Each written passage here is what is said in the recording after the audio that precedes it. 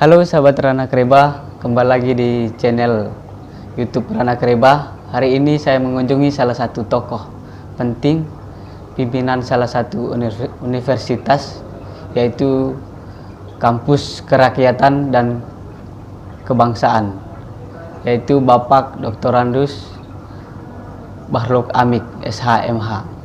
Selamat pagi Pak. Selamat pagi Yonas. Terima kasih Pak atas kesempatannya untuk ya. Sama-sama, senang bisa berbagi. Siap Pak.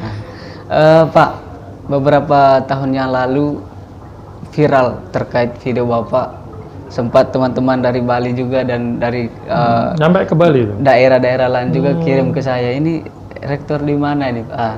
Saya bilang ini rektornya saya. Viral sekali kemarin itu Pak. Iya Pak. Di pertanyaan awal ini Pak, saya mau tanya terkait bagaimana sih perjalanan karir Bapak hingga bisa sampai sejauh ini Pak? Ya, saya sejak lulus Brawijaya pada tahun 92 di Fakultas Hukum, memang cita-citanya waktu itu emang cita-citanya jadi guru gitu ya. Guru ya Pak. Makanya ayah, ibu mendorong pengen jadi guru. Pokoknya anakku harus jadi guru kan gitu ya. Iya. Nah, ketika kemudian lulus SMA ternyata tidak kuliah ke institut kependidikan, diterimanya di Fakultas Hukum kuliahnya itu ya. Iya. Maka ketika lulus Fakultas Hukum ya untuk memenuhi cita-cita orang tua, kepinginannya orang tua, Pak Amik jadi dosen. Ya akhirnya sejak muda, sejak lulus ya nekuni ini. Makanya saya selalu bilang bahwa karir itu akan ngikutin ketekunan kita. Kalau kita tekun menjalani karir kita, profesi kita, insya Allah sampai pada puncaknya juga. Iya. Maka tapi yang lebih penting dari itu semua, ya, seperti yang kamu bilang tadi, videonya Pak Amik yang pernah viral itu, itulah nasihatnya Pak Amik. Bukan karena kita hebat atau kita sangat tekun atau apa, tetapi yang lebih penting yang tidak boleh kita lupakan adalah doa orang tua kita. Ya, kalau kita baik sama orang tua kita, pasti orang tua mendoakan yang pasti terbaik. mendoakan yang terbaik, dan doanya orang tua itu selalu dikabulkan sama Tuhan. Ya itu kiatnya. Ya, jangan lupa usaha yang keras, tekuni. Ikhlaskan dalam bekerja, maka kemudian kamu akan bisa sampai pada puncaknya. Iya. Pak, masuk di Unitomo sejak tahun berapa? Saya tahun 2009 bergabung di Unitomo. 2009, tahun 92 saya dulu menjadi dosen di Universitas Putra Bangsa, sekarang sudah dialih kelola oleh Universitas Pelita Harapan. Jadi UPB berubah menjadi UPH pada tahun 2006. Pak Amik selesai di UPB jadi Warek 2. Terus setelah itu gabung di Unitomo. Sempat jadi Warek di sana. Jadi Warek 2 di sana, terus di Unitomo. Jadi Warek 2 4 tahun, 2013 terpilih jadi rektor. Ini kan sudah 2 periode ya Pak. Iya. Menjalani sebagai rektor. Pak, kalau Bapak melihat sebelum Bapak jadi rektor itu bagaimana Unitomo kondisinya Pak?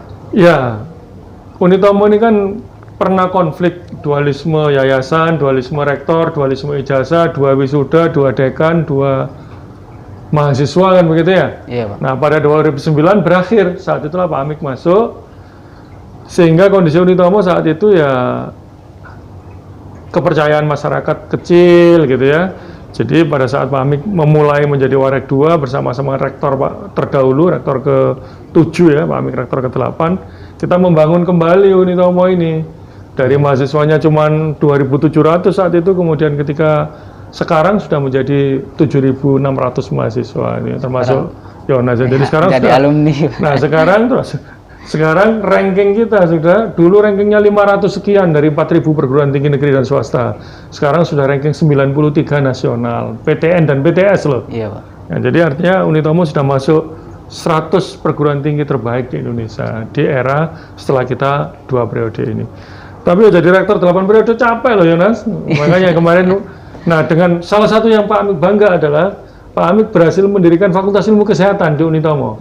Jadi pada tahun 2019, 2017, 2018 Pak Amik mendirikan Fakultas Ilmu Kesehatan dengan prodi kebidanan dan teknologi payudara. Itu monumen yang Pak Amik bikin di Unitomo, karena sebelumnya kita sering ditanya orang loh, Universitas Dr. Sutomo Kan itu dekat sama rumah sakit. Iya. Apa fakultas kesehatan punya? Nggak punya, malu kita. Iya. Jadi bayangin usia puluhan tahun Unitomo nggak punya fakultas ilmu kesehatan, baru pada tahun 2017-18 di era Pak Amik itulah kemudian jerih payah kita bersama ini para pendiri kita yang punya cita-cita pengen punya fakultas ilmu kesehatan terwujud pada tahun itu. Nah, itu Mas, kebanggaan. Ya, walaupun tentu capek. Nah, karena peristiwa itu kadang teman-teman, wah ini Pak Amik mau berakhir nih masa jabatannya ini, lalu yang ganti siapa?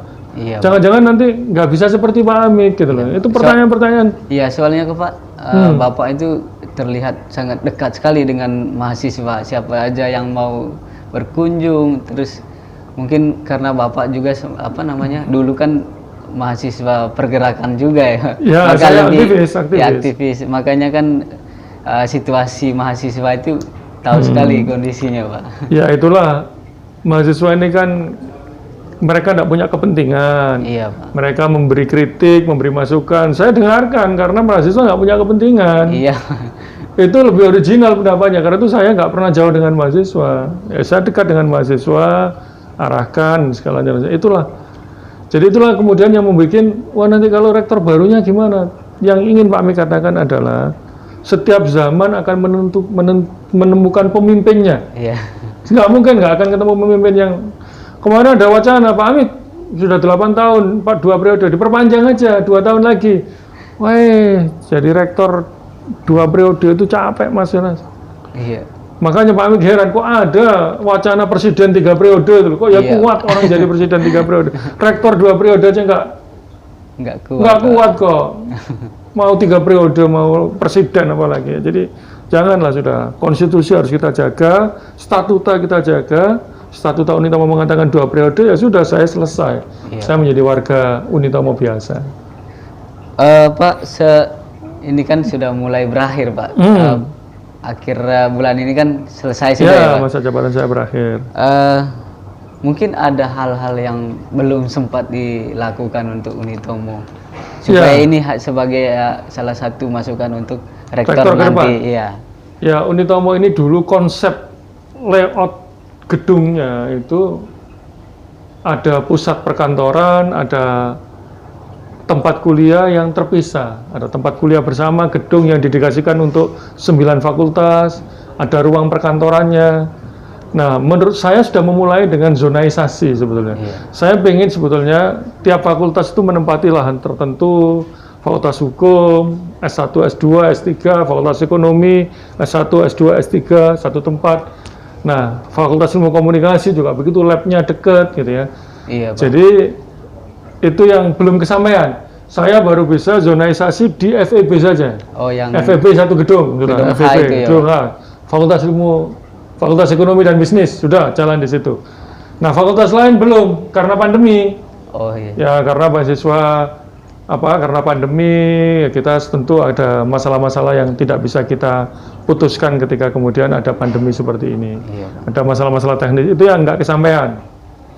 Yang perlu lagi sekarang digagas adalah kita ingin mahasiswa itu moving kuliah itu ya. Jadi ada yang sekarang digagas kampus Merdeka itu. Merdeka. Jadi belajar itu. Ya, ada kelas-kelas yang pesertanya itu multi prodi gitu. Iya, Pak. Itu yang kita inginkan seperti itu, dan sudah mulai jalan walaupun belum bisa sepenuhnya. Ya, sudah jalan mata kuliah pengembangan kepribadian, itu sudah multi prodi dari mahasiswanya. Pak, selain mengurus kampus atau jadi rektor, ada nggak aktivitas lain? Saya dengar kemarin ada buka kantor ini juga, Pak ya? Ya, saya ketua Yayasan Peduli Pendidikan Kota Surabaya bersama Rektor UNESA, bersama teman-teman guru besar dari Universitas Islam, UINSA. Ya. Ya, saya kemudian bersama-sama dengan Kepala Dinas Pendidikan Kota Surabaya, kita dirikan Yayasan Peduli Pendidikan. Yayasan inilah yang kemudian bisa memberikan support kepada anak-anak yang tidak mampu dari keluarga miskin agar tetap bisa mengenyam pendidikan sampai tinggi. Sampai selesai. Itu satu. Pak Amik juga aktif di PBSI, pengurus badminton, baik di pusat maupun di Jawa Timur. Ya, Pak Amik hobi badminton.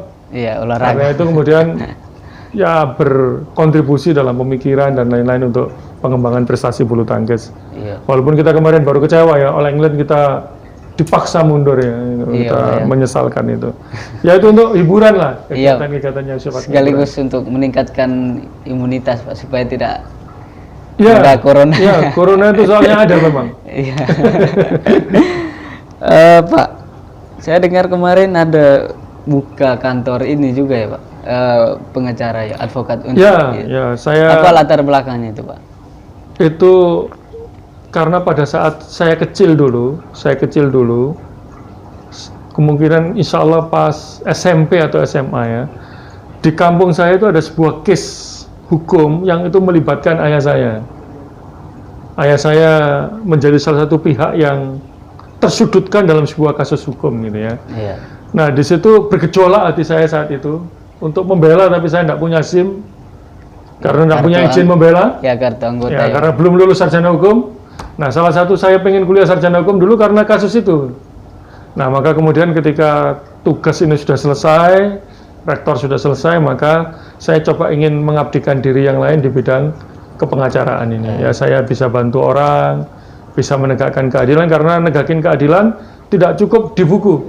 Iya, Pak. Tidak cukup di meja dosen, tidak cukup di bangku kuliah. Kita mesti harus turun ke lapangan untuk menegakkan keadilan, karena ketidakadilan ada di situ. Iya, itu lawan kita, ya. Itu saya kira. Pak, sekarang kan situasinya pandemi ya Pak. Sudah beberapa bulan terakhir ini kan sudah kuliahnya secara online. Bahkan mahasiswa baru kemarin yang tidak sempat penerimaan mahasiswa baru di kampus ya. PKKMB, ospek, daring gitu ya. Iya.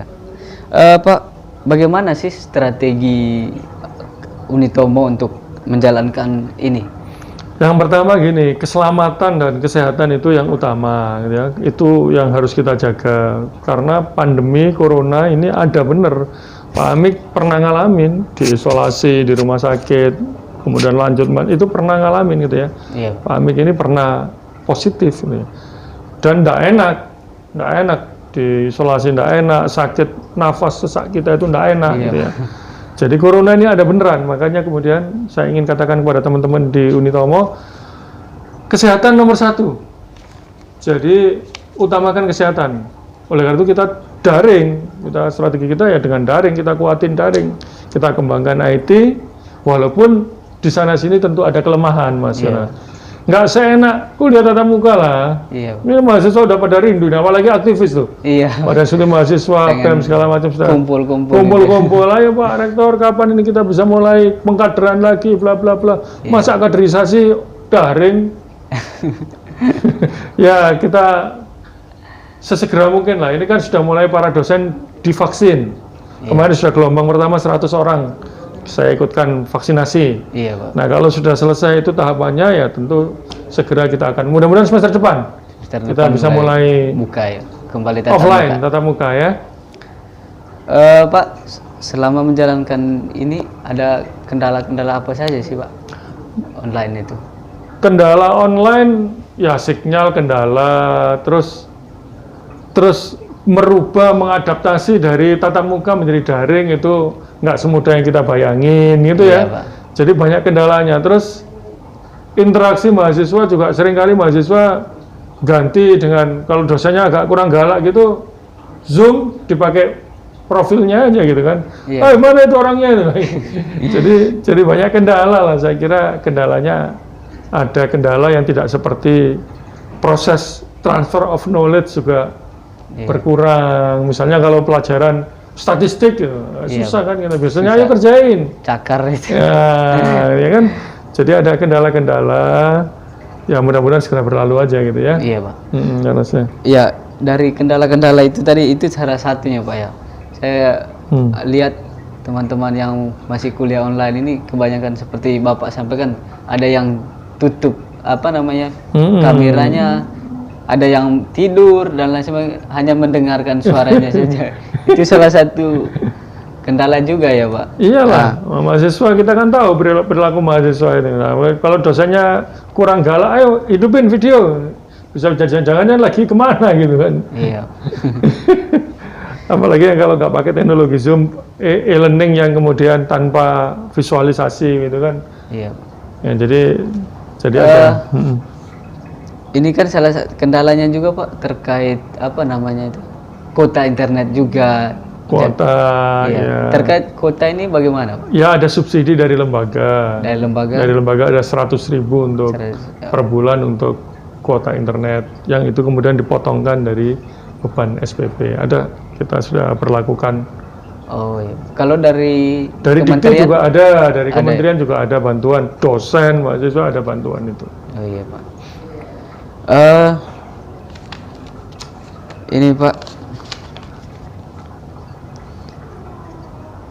ini kan situasi pandemi ini kan sudah lama ya Pak. Sudah ulang tahun ya, sudah ulang tahun. Seperti apa Bapak melihat generasi muda Indonesia dari hasil pendidikan online ini nanti Pak? Ya, selain saya pelaku pengelola pendidikan, saya juga orang tua dari mahasiswa yang kuliah online gitu ya. Iya Pak. Anak saya kuliah di Fakultas Kedokteran gitu ya, yang kemudian dilakukan secara online. Bayangin FK, ketika pelajaran anatomi nggak pegang, iya nggak pegang kadaver, nggak ke lab gitu ya. Bayangin aja coba. Iya. Nanti kalau dia lulus gimana nanti itu ya. Jadi ada banyak kelemahan lah di model online ini. Harus kita akui. Dan yang kedua, kuliah itu tidak cukup dengan selama menjadi mahasiswa, tidak cukup dengan kuliah Anda bisa jadi orang itu gitu. Iya Pak. Nggak cukup, kuliah saja tidak cukup. Ada kegiatan-kegiatan non kuliah yang mesti diikuti oleh mahasiswa untuk membuat dia menjadi sosok intelektual yang sesungguhnya. Iya. Aktivitas dia sebagai aktivis kampus, di badan eksekutif mahasiswa, di unit-unit UKM, iya. UKM penalaran. Kalau kemudian mahasiswa tidak beraktivitas seperti itu, hanya daring kuliah, materi kuliah, lalu jadi apa? Pak Aming ini jujur bisa seperti ini ya karena Pak Aming dulu aktivis. Iya. Kalau nggak aktivis nggak bisa lah. Iya Pak ya, harus banyak-banyak ikut kegiatan. Iya, kegiatan di selain kuliah. Iya Pak. Selama jadi mahasiswa itu jangan hanya kuliah doang. Kalau pengen jadi orang. Pak, mungkin ada harapan atau masukan untuk terkait dunia pendidikan ini ke depannya bagaimana Pak? Ya, pertama ini kan sudah dipikirkan. Saya pikir setuju dengan pandangan yang sekarang lagi dikembangkan oleh Kementerian Pendidikan untuk menguatkan bahwa mahasiswa itu perlu belajar banyak. Misalnya tidak selalu lulusan sarjana hukum itu jadi lawyer, jadi jaksa, jadi hakim, jadi polisi.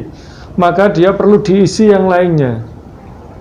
Mahasiswa boleh bebas untuk menentukan apa yang mau dia ketahui di dalam bangku kuliah atau teori atau ilmu pengetahuan itu. Jadi menurut saya gagasan kampus merdeka itu harus terus didorong dan diwujudkan gitu ya. Iya. Ya, merdeka belajar itu harus kita wujudkan itu. Ini terakhir ya Pak. Mungkin ada pesan buat mahasiswa supaya mahasiswa itu bisa bisa sukses. Ya, nanti jangan lupa simak pidato saya, cari lagi pidato saya ya, simak. Tapi saya ingin tegaskan begini.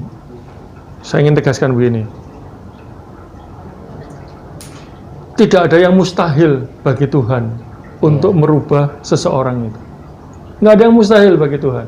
Iya. Maka selain kita berusaha, jangan lupa berdoa.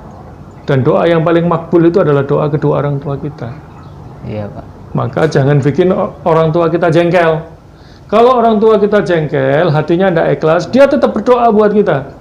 Tetapi Tuhan yang nggak ridho, Tuhan yang nggak ikhlas. Tuhan nggak ikhlas, nggak kasih kabul itu doanya. Tahan sama Tuhan. Walaupun kita berusaha tapi. Sudah jangan lupakan itu. Berusaha, doa, dan termasuk orang-orang yang doanya makbulan itu jaga hati mereka. Jangan sampai mereka tidak ridho dengan kita. Ya. Terima kasih banyak Pak. Oke, terima kasih banyak atas waktunya. Mudah-mudahan sukses channelnya.